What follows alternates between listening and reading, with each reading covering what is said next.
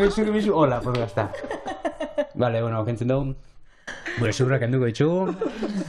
Eta ongi etorri Txatxilipurdi elkartearen bigarren podcastea, Biane. Hori da, bigarren podcasta ja. Hemen garen, lehenengo egin ginoan froga gisa, bueno, entzat barrura begirako podcast baten ginoan, eta ipatzen ginoan, ne ginola baliatu Txatxilipurdiren harreman ezberdinak, Txatxilipurdi ikutzen daben esparru ezberdinak, gai ezberdinak jorratzeko, eta gaurko honetan asmo horrekin, gai bat jarriko dugu mai gainean, herri ezitzaia zuzen, eta honetarako, gonbidatu Euskal Herri guztitik, gonbidatu ditu gure gonbidatuak, Euskal Herriko lurralde ezberdinetatik. Kaixo, ekipo? Kaixo. Bueno, gure gara etorri Arrate Gaztelu Agirre, Maite Azpiazu Errasti eta Itziber Leo Etxarri. Bakoitza Euskal Herriko punta batetik. Esango zue zintu zaten? Eta zeitzi gonbidatu zeitzu nona? Hola, eskar baten? Bueno, ni Maite naiz, eta eskerrik asko, gonbidatzatik.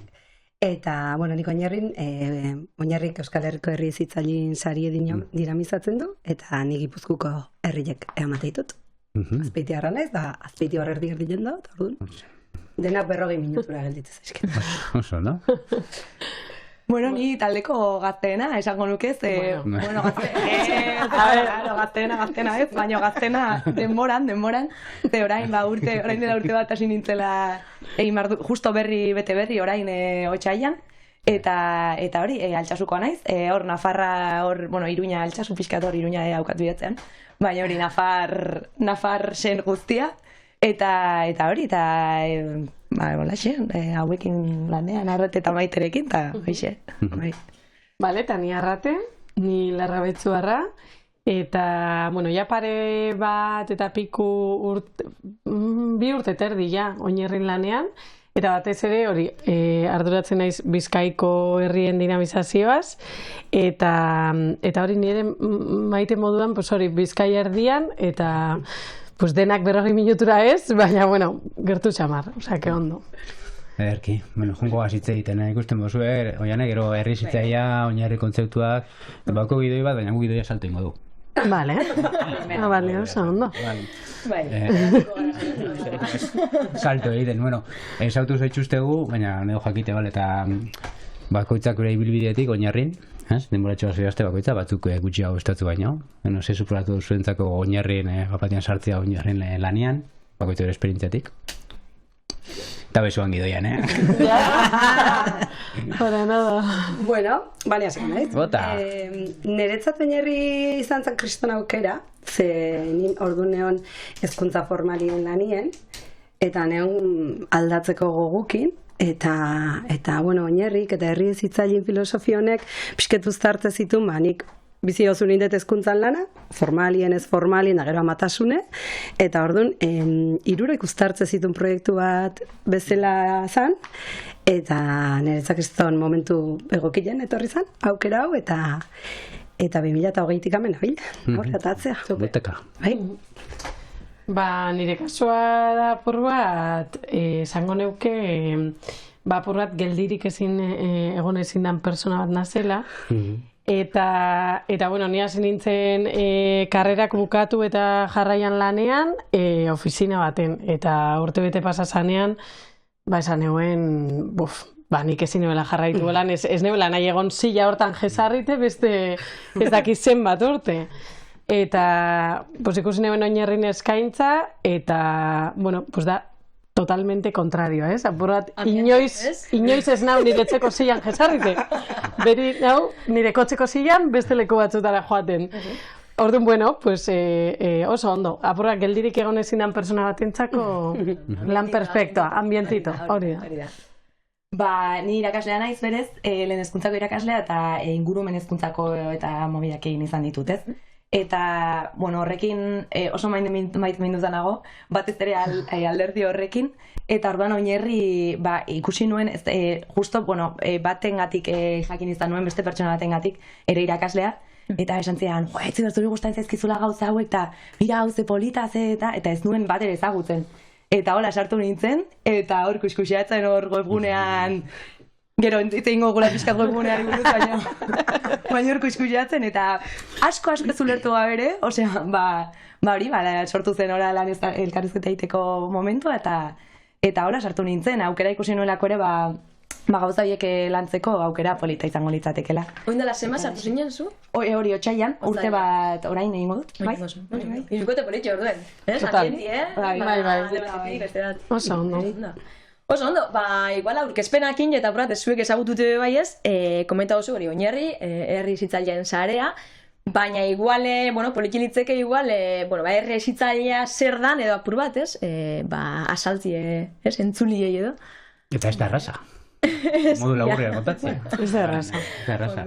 Kontzeptu zabala da, bueno. Mira, modu laburrean igual ez dugu lertuko. Baina, bueno. Zuek bota. A ber. Bueno, guk uste dugu herri hezitzaile filosofia dela hezkuntza ulertzeko beste modu bat, bai? Azken hamarkadetan hezkuntzan ardura gelditu da oso ikastetxea eta familian gain bakarrik bezala, eta nolabait haurtzaroarekin hasita bukatzen da prozesu bat bezala irudikatzen dago oraindik ere oro har jendartetik. Herri hezitzailearen filosofiak emate egun aukera da, ikuskera hau bai espazioan da bai denboran zabaltzeko aukera bat. Hau da, hezkuntzak nolabait gainditzen ditulako ikastetxeko 4 paretak eta herriko plazaraino joan etorrian dabilen prozesu bat dalako, eta inolaz ere ez dalako hasita bukatzen haurtzaroarekin batera. Ze gutako bakoitza jaiotzen geanetik hiltzen geane arte, pues ezigarriak eta aldi berean hezitzailea gara. Orduan, honen ondorio nabarmenena edo ondorioa da hezkuntzaren ardura partekatua dela. Eta herria bera dela hezkuntzarako testuinguru, eduki eta eragile. Orduan, oinarritik saiatzen geana egiten da herriek nolabait kontzientzia bat hartzen hastea, beraiek ere ezten dutela, eta horretarako herrietan sortzen ditugu hezkuntzaren ardura hori partekatzen duten eragile desberdinen arteko elkarguneak. Seguretako importantena hori da, ez? Erabaki behar baldin badugu gure herriak ze baliotan eztea nahi dugun, elkartu behar gara eta adostu behar dugu. Orduan saiatzen geana da herri hezitzailearen 3 esparrutako ordezkarientzako elkarguneak sortzen eta sustatzen. Eta hor elkartzen ditugu batetik udal ordezkariak, tekniko zein politikoak, hezkuntza formal zein ez formaleko eragileak, herri baten dauden sare desberdinetako ikastetxetako ordezkariak, guraso elkartetakoak, aisialdi taldeak, ludoteka, gaztelekoa, eta gero herrigintzako eragileak. Herri horretan dauden, kirol, kultur, arloko eragileak, batez ere igual aurretan erabekin aritzen dienak, eta elkargune hauek sortzerakoan, poliki, bagoa sortik herri mailako hezkuntza proiektuak edo sortzen. Oso ondo. Bai. Pika. Bai. Taula talduta. Da iluzaiz. Vale. Eso, orduen bere osotasunin herriek, ez, berak esten dauela, ez, gure dau esan edo, gure dau, ez, apura bildu, ez? Eta, herri hezitzaileen sarea oinarri, ez? Eta herri hezitzailea zer dan apuratez, azaldu ostien, igual, oinarri zer dan, azaldu gainke, ero... Bai, oinarri da, zehazki, herri hezitzaileak sustatzeko elkartea, eta sortu zen 2012an batez ere Ciudades Educadoras filosofiaren baitan, hor hasi zen, ez, apur bat, run hori, Ciudades Educadoras filosofia horrena, eta apur bat, Euskal Herriko eragile batzuk elkartu ziren, batez ere Euskara, hezkuntza, kultura, eta... Aixialdian lanean ari ziren elkarte batzuk elkartu ziren pentsatzeko horrek nola lur hartuko zuen Euskal Herrian edo nola lur hartu zezaken pentsatzeko. Horren baitan sortu ziren, hemen ikusi ditzakegun liburuzka batzuk, eta ja hasi ziren pentsatzen praktikan apur bat herri hezitzaileen sare hori nola sustatu Euskal Herrian. Hasi ziren 7 herrirekin, Euskal Herriko 7 herrirekin, eta ja hortik ja eman zen jauzia, herri hezitzaileen sare hori, apur bat Euskal Herri osora zabaltzeko. Ikusi zenean, ja, bageneukala nondik heldu edo bageneukala nondik jarraitu behintzat. Eta apur bat hor, ja... Esaten dugu teorikoki eta praktikoki egiten dugula lan hori. Batez ere teorikoki zentratzen gara herriek dituzten beharretatik abiatuta liburuxka teoriko hauek sortzera, azkenak dira batez ere hirigintzaren gaia tratatzen dutenak, nerabezaroaren kultura eta parte hartzearen ingurukoak eta eskola kiroleko gogoeta kolektibo bateko tresna. Eta hori apurrak beraien beharretatik abiatzen gara, guk ere gure barnean tresna teoriko hauek sortzeko. Eta gero praktikoki lotura dukan Maitek aipatu duen herrietan sortzen ditugun hezkuntza foro horietan, batez ere herri horietan bide laguntza eta aholkularitza eskaintzen diegu herriei, apur bat hezkuntza egitasmoak aurrera eramateko momentuan. Eta nik uste hori. Bai. Orduan, ibilbide honetan, hainbat arlor teoriko landu dituzue, herrizitzailea ulertzeko modu oso ezberdinak onaldia, baina danetan badare gai batzuk, komunak izan aldiena, eta horrek landu, eta horrek lurreratzeko saiakerak egin. Claro, suposatzen herri bakoitzan oso modu ezberdinan bai izango da guzti hau. Modu ezberdin baten ulertuko la herrizitzailea, naiz eta txapel orokor bate eduki, eta oso modu ezberdinen bai lurrerateko dela ekimenak, ez? Bai, guztiz. Bai, eta hori aldi berean da kristona beraztasuna, baina gero egia da kudeaketarako, aniztasun guzti horrek, nik beti izatet gure lana sormen ariketa konstante badala, ez dago, oantxea igea, poliki nik uste gauza batzuk sistematizatzen, baina egia da, gu bai saiatzen gehala tokian toki, herri hezitzailearen filosofia modu desberdin baten loratzen, bai? Ze oso bertakoentzat, bertako baliabidekin egin beharreko prozesuak dira, eta baldintzak ere ez dira berdinak, inorekin.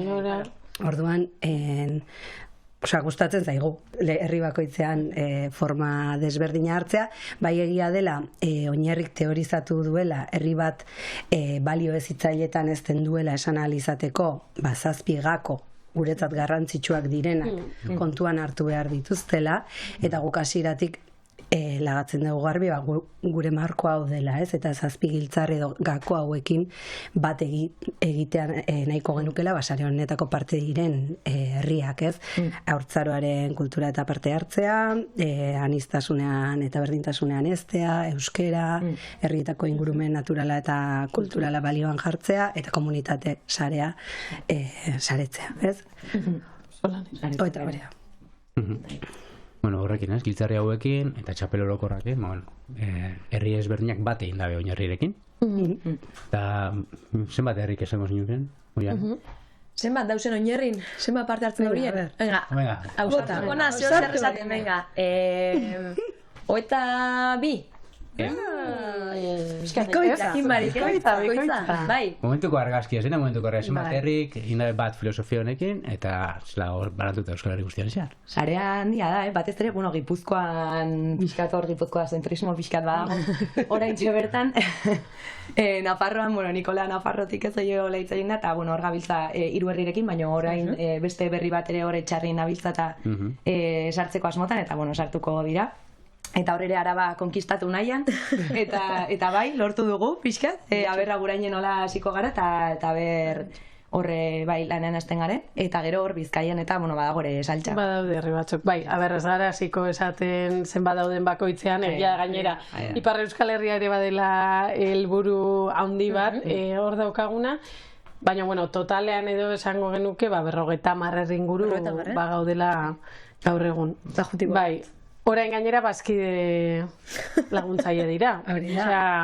Orain arte apur bat hitzarmen bidez funtzionatzen genuen, eta ja apur bat aurreko urtean lehenagotik hasi zen lanketa, baina bai hasi ginela pentsatzen elkarte publiko komunitario nola izan, eta badaude alde batetik bazkide sustatzaileak, direla lehen aipatu dudan euskara kultura, aisia eta hezkuntzaren munduan lanean ari diren 15 eragilek osatzen dutenak, eta gero beste alde batetik bazkide laguntzaileak direla apur bat herri hezitzaileen sareko kideak. Badaude batzuk oraindik ez dutenak jauzi hori eman, baina helburua bada denak bazkide izatea. Bai, eta helburua bada Euskal Herri luze eta zabalera zabaltzea, ez bakarrik Gipuzkoara. Orduan, hori. Lanien, tope, eta hori da, aberba. Argazkitza gutxi gara, 50 herri, nazio mailako proiektu bat, aldik eta gehien edatzeko asmoakin, guzti hau zela zela funtzionatzen da, honek. Ikusten zaituzte hiru langile, zaetela oinarren baitan, ikusten dugu Gara makina batzuk. Honek zela funtzionatzen, zein da antolatzeko modua daukara momentu ondan oinarrik, konto balbea modu laburrean. Gu bai saiatzen gara, claro, 50 herri asko die, baina bai saiatzen gara herrien beharren identifikazio ariketa bat egiten maiztasun batekin, ba igual 3-4 urtetik behin edo, eta hor errepikatzen diren beharrak, ez, behar aman komun horiek lanildo moduan hartzen ditugu, bai? Eta lanildo horiek bai saiatzen geana da sare mailan lantzen, pues herri arteko foroak antolatuz, edo jardunaldiak, ez dakit liburuxkak, experimentazio prozesu batzuk, bai? Orduan, guretzat hau garrantzitsua da. Baina egia da, askoz gehiago kostatzen dela herrian bertan, ba, elkargune hori sortzea baino. Ez? Ze azkenean, bueno, ba, herriak elkartu egin behar dituzu, bakigu egunerokoak, bueno, ba, jan egiten gaitula guztioi, baina gu saiatzen gea elkarrekin lantzen lanildo batzuk, ze iruditzen zaigu benetan hor dagoela sare baten parte izatearen garrantzia, ez? Osea, besteen gandik ikastea, besteen esperientzia partekatzea, elkarrekin formatzea, eta hori interesgarria da. Egun, 3 lanildo ditugu modu honetan irekita, eta gero nahi badezue sakonago kontatuko ditugu, baina bat izango zen aurren parte hartzearena, hirigintzarena eta sexualitatearena. Vale. Hori, bai, ez herrietatik sortzen diren beharrak hori izan duena, baino bai. Da ikusten da, eta askotan beharrak oso mankomunak direla. Naiz eta sistematizazioan hori ez den erraxa, ze bakoitzak badu bere realitatea, eta hori oso bitxia da, ze gero esati dizut ez da beharko genuke igual beste ereduren bat, baina eski igual besteen ereduare ez da zuretzako erabilgarria, ez? Orduan, batzutan, bai, zu ere ikasteko, osea, oso polita da, bai. Etengabeko sorkuntza, etengabe berrasmaten. Bai, nire laguntzen, bai. Honetaz gain, badago beste batzarro bai, eragileen batzarra izan ditzaken, ez da? Eta hori be, garrantzitsua izango oinarri bezalako egitasmo batean. Bai, hori da. Eragileen batzarra momentu honetan hilabetero egiten dugu, eta batez ere, bueno, oso hartzen dira erabaki guztiak. Eta hori da organo gorena. Bueno, ez, eh? Bueno, bai, hori da. Azkenean bazkide sustatzaileek dute elkartean erabaki mena, eskubide hori, eta, bueno, guk eramatitu horrea proposamenak eta hola, baina batzarrak hartze ditu erabakiak. Eta gero batzar orokor bat bai egiten dugu, baina bazkide sustatzaileak, osea, barkatu laguntzaileak ere, gonbidatzen ditu. Eta hor, eragilek aipatu zuz, ez? Eta zenbat eragile gauz, kasu honetan, txilipurdi bebaga, ez? Bagauz oinarrin eta... 15 eragile. Bai. Txatxilit artean. Hori da. Hori da. Nazio mailako proiektuak, tokiarteko proiektuak, ezberdina, baina danak ez begirada ekartzen eta ekarpena egiten. Bai, zelen gainera, aipatu dugu, hori, batez ere, Nafarroa batez ere aurten saretu dugula, esaten dugunean ez gara ari bakarrik herriez, ari gara baita eragilez hitz egiten, eta bueno, aurten ere egin dugu lanketa potente bat Nafarroako eragile batzukin, eta ja ari dira beraiek ere gerturatzen, orduan, pixkanaka, herriek zein eragilekin, ari gara txabaltzen lanean. Bai. Bale, atzera begira egin dugu, funtzionamentu ulertzen dugu, momentuko argazki bat herrien egin dugu, baina aipatu duzu hiru lanildo momentu honetan martxan, aukera motozkun lanildo bakoitza pixalete ulertzeko, pixat lanildoaren zergaitia, eta beste batetik momentu honetan zela, ez? Balurreratzen da, zertan zabitaten horretan. Eta, igual, agian entzule eta ikuslei arraro nahingo jakoen, pixat kostako gana kokatzia, ez dela hirigintza. Hirigintza eskuntza. Bi mundu ezberdin, bi kontu ezberdin, errezitzela eta hirigintza, eta bai momentuetan martxan dagoen lanildo bada, kontu aldozku zuen zergaitzik hirigintza ero herrian talomentua errezitzela inkuspeitik landu nahi dan, eta zergaitik hirigintza bezalako lanildo bat. Hori egintzazkenean, hori, separatza kriston nakatsa da, ez? bueno, akatsa edo askotan egin den ikuspuntutik da eraikin, ez? Hiriaren eraikuntza bera dago eginda asko helduaren ikuspuntutik, beti dauden baliabideak kontuan hartuta, eta ez aurraren ikuspegitik aurrek benetan behar dutena kontuan izan da, edo ez bakarrik aurrak baizik, eta pertsona guztiek orokorrean, ez? Eta asko ikusten da hori gaur egun, eta aldaketa pila bat horretan, eta batez ere eskoletan, hor dabiltzare, aldatzeko nahian eta herri edo hirian ere, baina bai eskoletan ere ikusten da asko hezkuntza formalean, ez, testu inguru horretan, eta horretatik. Eta egia da, herri zitzaileen sareakin hasi ginenean, herri pilo bat aizien parke bat edo eskola atari bat modu parte hartzailean eraldatu nahian, eta hor herri askotan iritikatekin topo iten genuen, eta pixkat hasi ginen beraiekin hola elkarlanean, ze konturatu ginen herriak ezten duela esaten dugunean, herriaren alde gogorrak, zementoak ere ezten duela. Segun eta nola daukagun hiri eredua urbanismo hori antolatuta, horrek ere balio batzuk edo beste batzuk sustatzen dituelako. Orduan hor hasi genuen elkarlan bat ja nik uste 4. urtez edo iritikat kooperatibakoekin, eta poliki beraiekin joan ginen herri antolamendu bat, herri hezitzaile baten ikuspegitik nolakoa izan zitekeen, pues definitzen edo. Hortik atea genuen horrelako, liburuxka bat, pixkat, gure markoa edo kokatzen zuna, eta gero marko hori praktikara nola jaisten den elkarrekin pentsatzen jungea, eta herri arteko foro bat daukagu, baita herriekin egin dien praktika honak elkarbanatzeko, elkarrekin formakuntza jasotze ditugu, eta ja momento promo egin dezaket ez.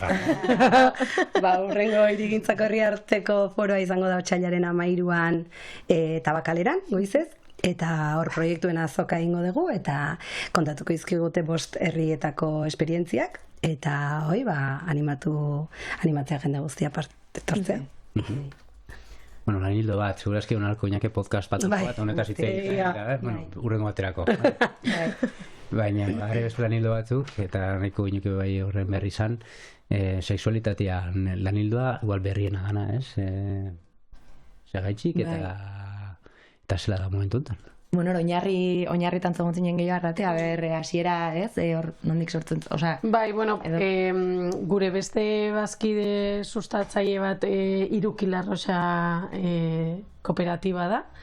Eta, bueno, momentu hortan, bai bazegoela apur bat kezka edo beharra identifikatzen zela, apur bat ezitzaileek beraien batez ere hezkuntza ez formalean, beraien jardun formalean, beraien jardun ezitzailean apur bat sexualitatea aurkitzen zutenean, ez sexualitatea horren beste modu erotikoan ulertuta, baizik eta sexualitatea egunerokoan esnatzen garenetik lo hartzen dugunera arte, agertzen zaigun hortan, ezekitela edo apur bat beharra zeukatela, irizpide orokor batzuk izateko horren aurrean nola erantzun. Eta ez igual bakarrik momentu hortan, baita, esku hartzeko momentu hori baita, baina bai pentsatzeko ere bai, gero, gurasoekin edo familiekin nola landu hau, gerora ere zer nolako lanketa egin gainontzeko aurreta eta nerabekin, eta apur bat kezka horrekin bildu ginen. Eta hor, aritu ginen, pentsatzen, zer egin dezakegu, ez? Beste olako bat, eta hemen geratu dadila, edo zer. Eta hor egon ginen, eta egin ditugu, laborategi praktiko batzuk, hemen zitzaileekin, eta txatxiliko hori da. Eta beraien kezka justo hori momentuan esku hartzeko ondoren momentuan bizitzituzten egoera batzuei nola aurre egiteko kezkak ateratzea, ez? Ze egoerak aurkitzen zituzten beraien egunerokoan, eta guk erantzun, oinarritik, ez? Erantzun hori emateko nahian, ez? Gabiltza. Orduan, esan genuen, liburuxka, zeretan, eta liburuxka izango da, baina nahi dugu liburuxka praktiko bat izatea. Liburuxka praktiko bat izango da. Hori da. Ez dugu nahi, izango da. Ja bada. Bai, oraindik ez dago guztiz, ez dugu forma guztiz eman da, baina... Horrik uste ere polita dela kontatzea hori, dela dena bueno, osea, lokatzetatik ateratakoa dela. Osea, dela jardun hezitzaietik ateratak guztiz. Osea, da, hezitzaiek beraiek topatutako edo izandako esperientzia batzuk dira, ez? Sexualitatea agertzen zitzaiena. Gero egin ditugu apur bat, bueno, bote baten sartu, nahaztu hola, eta atera egoera pixkat komplexuagoak, eta beraiek eman dituzte eskuartzerako gakoak. Orduan da dena, hortik sortutako zerbait. Egia da, Ibairekin batera, Iruki Larrosako kidearekin batera, apur bat, irizpide orokor batzuk zehaztu genituela guk, batez ere berak, eta apur bat horiek kontutan hartuta, nola esku hartuko dugu. Eta orduan izango da, praktika honen bilduma bat, eta gero beste egoera zehatz batzuk ere agertuko dira, beste zitzaile batzuk nahi baldin badute, beraiek ere tresna horrekin praktikara eramateko edo lagungarri izateko hori da. Egoera batzuei nola aurre egiteko. Eta batez ere opiatzen genuen sexualitatea ez hartzeko gauza konkretuak ez da, eta sexuarekin lotu ez dakit, ez dela erotikoa den zerbait. Baizik eta hori da, eguneroko zerbait. Da maiatzean hemen arrasaten aurkeztuko dugu liburuxka jardunaldi batekin. Bueno, primizia, guiazo. Bai, gauzatxu bada, urte polita dator, bai. Bueno, sexualitatea, esan bezala, behar bat erantzun da, kasuntan herrietatik, segurazki herrietan bago beharra, baina eragile batek lasatutako behar bati erantzunez, sortutako lanildoa, eta ero beste, esango nuke, oinarriren erdigunean dagoen beste lanildoa dela parte hartzea, aurtan eraben parte hartzea, ez? Eta horren parte hartzeakin lanildo da ganiko veterano bat dukula. Horre parte hartzea. Bai, azkenean parte hartzea da herri hezitzaile bat eraiki eta sustatzeko daukagun tresna nagusia, eta aurretan erabeak txikitatik parte hartzean eztea hori zer zen horri tiraka hasi ginen. Ja bi urte egin genuen, sentitu genuen gelditzeko behar bat, ze ikusten genuen batez ere aurren parte hartzea modan jartzen aizala, eta, kezka batzuk sortze zizkigun, ez? Oso erresa dalako igual aurrak helduon moduetan parte hartzen jartzea, zegu korrela dakigu parte hartzen. Eta kezka sortze zigun baita ere, aurrei bakarri galdetzea aurrenak diren gauzetaz, ez? Parkeak, edo eskolako atariak, edo. Eta orduan, egin genuen hausnarketarako tarte bat hartu genuen Oinarrin, Oinarriko eragile batzuk, eta gero gonbidatu genituen EHUko parte hartuz, Bilgune Feministako Emagin eta Jose Mizu Malabekoak, eta elkarrekin pixkatin genuen haurtzaroaren kulturatik birpentsatutako parte hartze bat, nolakoa izan beharko zuen pentsatu genuen, bai? Lan txostena gelditu zan zoragarria. Osea, polipolita. Baina bukatzen nahi ginen bezala ikusi genuen eta hau zer da, hau herri baten nola gorpuzten da. Orduan esperimentatu genuen 4 herrirekin, Gipuzkoako Foru Aldundiaren diru laguntza bati esker, Hernani, Oiartzun, Segura eta Itziarren, eta esperimentazio prozesu horietatik ikasitakoarekin sortu dugu gaurki, bai? Bai, gaurki da tresna bat, berezia. Ez da liburuxka bat. Lehen aldiz delako zerbait digitala. Momentu hortan ere, bukatu zenean prozesu hori, EHUko ale ikertaldeak ere bai proposatu zegun elkarrekin lantxosten hori apur bat fintzeko, lantxostena apur bat marko teoriko itxura batera ekartzeko eta momentu berean ILAP Euskadiko partaidetzarako guneak beste diru laguntza batzuk atera zituen, eta beraiei esker egin genuena izan zen prestatu esperimentazio prozesu horietan egindako dinamika horiek era digital baten. Hau da, Moodle plataforma bat sortu genuen, eta Moodle plataforma horri eman genion modulukako itxura bat. Eta orain herrietan, Oinarriren webgunean badago bertara sartzeko aukera, baina orain herrietan, esan dezakegu, ez dakit, beraiek autonomoki sortu ditzaketela, edo behintzat tresna badutela, Vale. aurren parte hartze kanal iraunkorra sortzeko. Eta gero orain apur bat asmoa da, bueno, Alerekin elkarlanean, tresna digital hori digitalizateak duen onurarekin, apur bat gehiago fintzea, teorikoki, ez dakit, sakonago hobeto esplikatzea, sakonago esplikatzea, jendeak behar baldin baditu referentzia gehiago izatea ere bai teorikoki, Eta gero lau herri aurtengo ikasturtean zer gaurki tresna digital hau probatzen ari dira, Bergara, Usurbil, Asteaso eta Berritxu, eta bertan parte hartzen ari dien pertsonek ere emango dizkigute pista batzuk, non hobetu behar da, non ulertzen da, non ez, hemen ariketa hau soberan dago, falta da, eta pixka gure asmoa bada, gaurki hau ondo osatzea, tresna digital potentea da, uste dugu herrietan egundoko aukera ematen duela aurren parte hartzearen inguruan modu kolektibo batean hausnartzeko, bai? Ze azkenean da, zure herrian aurren parte hartze kanal iraunkor bat diseinatzeko, ibilbide metodologiko bat, bai? 6 hilabete irauten duena, eta guk proposatzen duguna modu kolektiboan egitea. Hau da, lantalde bat osatu, lehen aipatu ditugun herri hezitzailearen 3 esparruietako ordezkariekin, eta nolabait elkarrekin egitea ibilbide hori diseinatzeko. Eta gero, martxan jartzeko, eta uste dugu aukera polita dela herrietan jauzi bat emateko aurren parte hartzean. Zenba gauza, pilo bat gauza, derrillo, pilo bat ideia, pilo bat, bai, bueno. Dira 3, baina gero bakoitzak ditu beste 18.000 kontu atzetik, bai. Eso ondo, bueno, kontatu zuez gauza pilo bat, primizia bemondo zuez, oin arte zetan zabizien, nudidatorren hau dana, eta nundin mugitzen zarien. Baina, hoxe, emetik eta aurrera bebai, badauko zue beste ibilbidetxo bat deitzeko. Orduen, ez dakit kontabaldozko zuen apur bat emeitik eta aurrera zer dauko zuen, horre esku hartien, eta putxo bat. Esan dugu pixkat horre Araban eta Nafarroan horra biltzala, hori herriei dagokienez.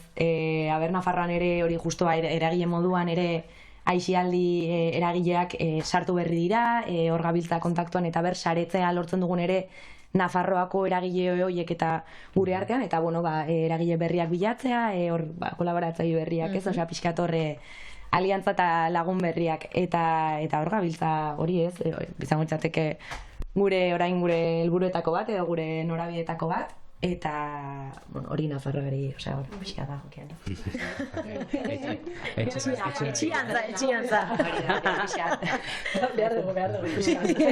Gero nik uste besteak hori, ipatu direla batez ere lan hildoetan, ez? Irigintzan hor, herriarteko foro horiek sustatzen jarraituko dugu, sexualitatearen arloan liburuzka hori aterako dugu eta aurkeztuko dugu ere bai, eta parte hartzeak, eske dauka ibilbide bat, amaiezina, eta eskerrak, ze, hori, badak eskatzen gaituen zerbait, eta nik uste hor badaukagu lan handik heldu. Baita, horrekin ere, herri batzutan, horretaz aparte eta gaurkitazuek, ez, badaudela ere parte hartzearen beste modu batzuk, batzar batzuk sortzen, baina ez gaurkirekin baizik, eta, ere parte hartzearen, aurren parte hartzea bagola oso presente beste herri batzutan, naiz eta gaurki ez erabili oraindik, edo, baino, beste modu batzutan, eta beste hori da, parte hartzearekin, eta, apila.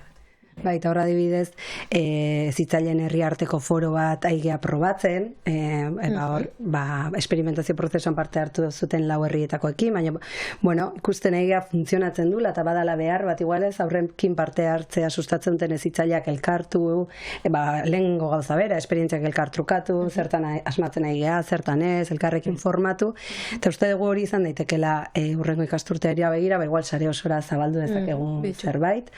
Eta gero, igual aipatzea, aurten lehen aldiz eskualde oso bat eukiko degula sareko kide, Oarso aldeko 4 herriak sareko kide izango dira, eta orduan ikusten genuen aukera bat, herrietan saretzen dugun hezkuntza komunitate hori, ez, maila lokaletik eskualde mailara jauzi bat egiteko, ez, da pixkat saretzearen, hezkuntza komunitatea saretzearen horren eskalagarritasunean pixkat esperimentatzeko. Eta horra egia, Oarso aldeko elkargunea, ez, herri hezitzailearen elkargunea sortzen, eta, aurrekoan izan genuen saioa, eta ideia pila bat daude eskualde mailan ere jorratu ditzakegunak, eta guretzat interesgarria da eskalagarritasunaren ideia hau, eta hor ere murgilduko gea. Badauko zu orduen, aurrera egiten bai, eta inbezue. Eta honeaz batia, bueno, oindala gitxi, bueno, zuek webgune bat badauko zuek, webgune bat bazen eukezue denbe bai, ezta? Baina, bueno, hori barriztu indezue, ezta? Eta hori bai dagoela pratez, osatu hau, ez, horbe, ez, topauzenki edo, bueno, nahi dauenak sartu laik, ez, oinarri.eusen, ez, bitxea balda, bikusi, zetan zabizi, horbe, topau aldi. Orain sartu mesez. Hoi sartu laik, ezta? Oinarri.eus. Oinartez, oinarri bai, oinartez, ez. Osa, a ber, apur bat, kezka hau badator igual lehenagotik, aurreko urtetik edo, bueno, aurreko urtetik eta ni lanean hasi nintzenetik ere bai. Zer, ikusi nuenean oinarriko eskaintza, esan nuen, bueno, venga, aurkeztuko naiz, baina zer da oinarri? Eta sartzen nintzen webgunera, eta zer da oinarri? Eta apur bat hori ez, bueno, bageneukan beharra, Maitek esaten duen moduan, ascensoreko bidaia baten jakiteko kontatzen zer den oinarri, ez? Zuk non egiten duzu lan, ni naiz irakaslea, ni naiz udaletxeko teknikaria, oinarrirekin ere horrelako zerbait, ez? Bilatu nahian edo. Eta hor, bueno, pues jo genuen tapuntuko kideen gana, apurrat komunikazio estrategiaren baitan hitz egiteko eta identifikatu genuen, bueno, behar genuela webgune bat, kontatzen zuena oinarri zer zen, kontatzen zuena herri hezitzailea zer zen, apur bat ere, bueno, sareari ematen ziola zentralidade bat, edo balioan jartzen zuela sareko herriek egiten zuten lana, eta bueno, hortik bueltaka, izan da prozesu bat bastante luzea, eta oraindik ere eta puntukoak gurekin ari dira lanean, baina bueno, atera zerbait, eta dago bikain, ze ikusi daiteke benetan, zer den oinarri, norbaitek, osea, ulertzen du orain zer den oinarri, badago, bueno, nor gara tal bat dago, bertan bazkie sustatzaile eta bazkie laguntzaile guztiak agertzen dira, badago beste atal bat herri hezitzailearena, eta hor filosofia guztia azaltzen da ere bai, bueno, klik baten herri batek esan dezakela, pues nik honekin bat egingo dut, ez? Osatute badagoela, ez? Nik kontara batu nahi dut. Eta, bueno, gero badago kolaborazioen atal bat ere bai, eta gero interesgarria sarearen atala, badagoelako, bueno, mapa bat, eta bertan bazkide laguntzaileak eta sareko kideak agertzen dira, baina ez hori bakarri, baizik eta bertan agertzen dira kontaktuak ere bai, beraien kontaktuak, eta herri bakoitzak apur bat zeren zelanketa egiten dituen, hau da, zeren inguruko proiektuak eraman dituen aurrera. Orduan, klaro, horrek albidetzen du ere bai, beraien artean gure beharrik gabe harremanetan jarrian izatea. Gero proiektu horiek ere batzuk azalduta daude, eta orduan ikusi daiteke herri batek nola eraman duen aurrera zerbaiti buruzko, gai konkretu bati buruzko zerbait. Eta gero badago beste atal bat, baliabideena, bueno, deskargatu daitezkena liburuzka hauek guztiak, eta oinarri eskolara, hau da, gaurkira, momentu honetan, sarbide zuzena ematen duena. Osak, eskuratu lehik ez horrek, ez? Lanilduen liburuzkak bai eta... Hori da, denak daude PDF-an deskargatzeko moduan, eta hori, eta gainera, bueno, pues badauka aktualitate bat webguneak ere bai, bueno, orain igotzen ditugu astero berriak eta sareetan ere tope gaude momentu. Bixi, berdu ben. Komunikatu.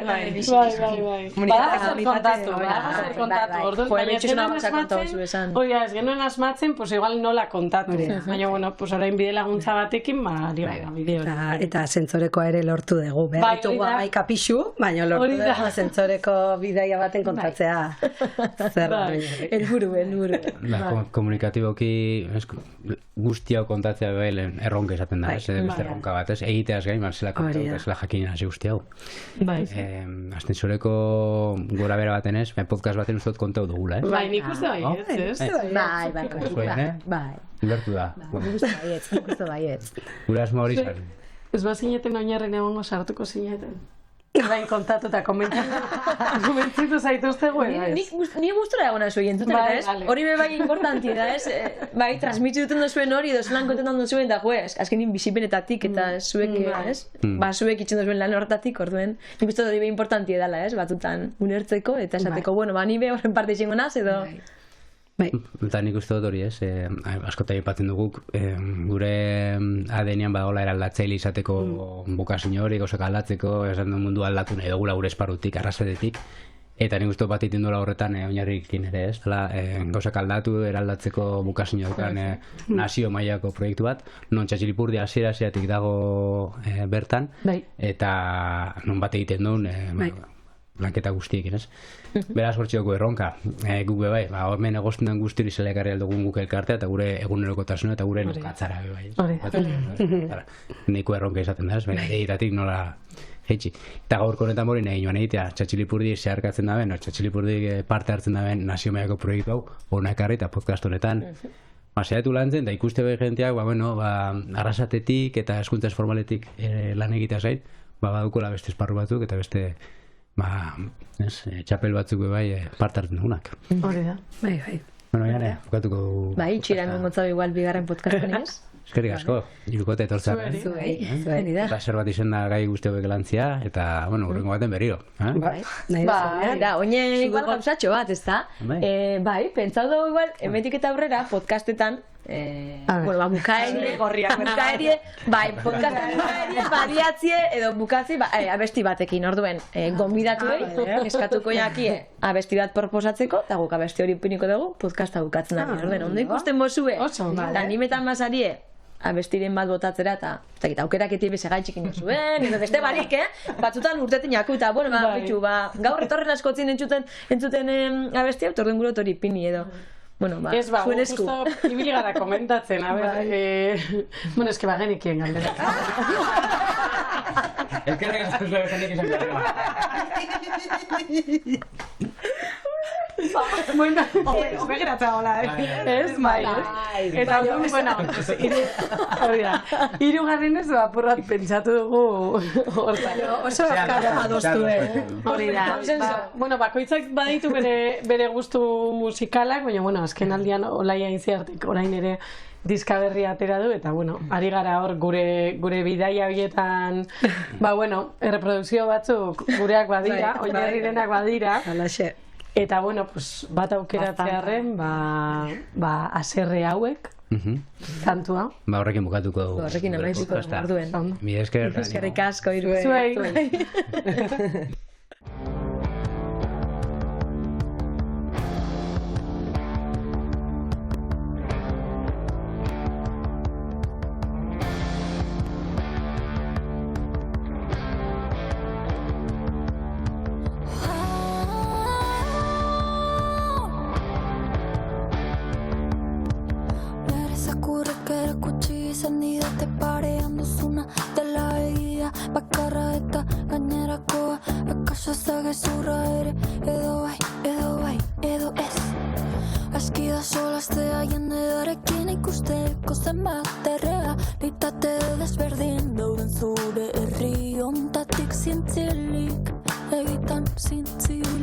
Multoiek ezin pa, bertze etxe bat utxa, balialaren erda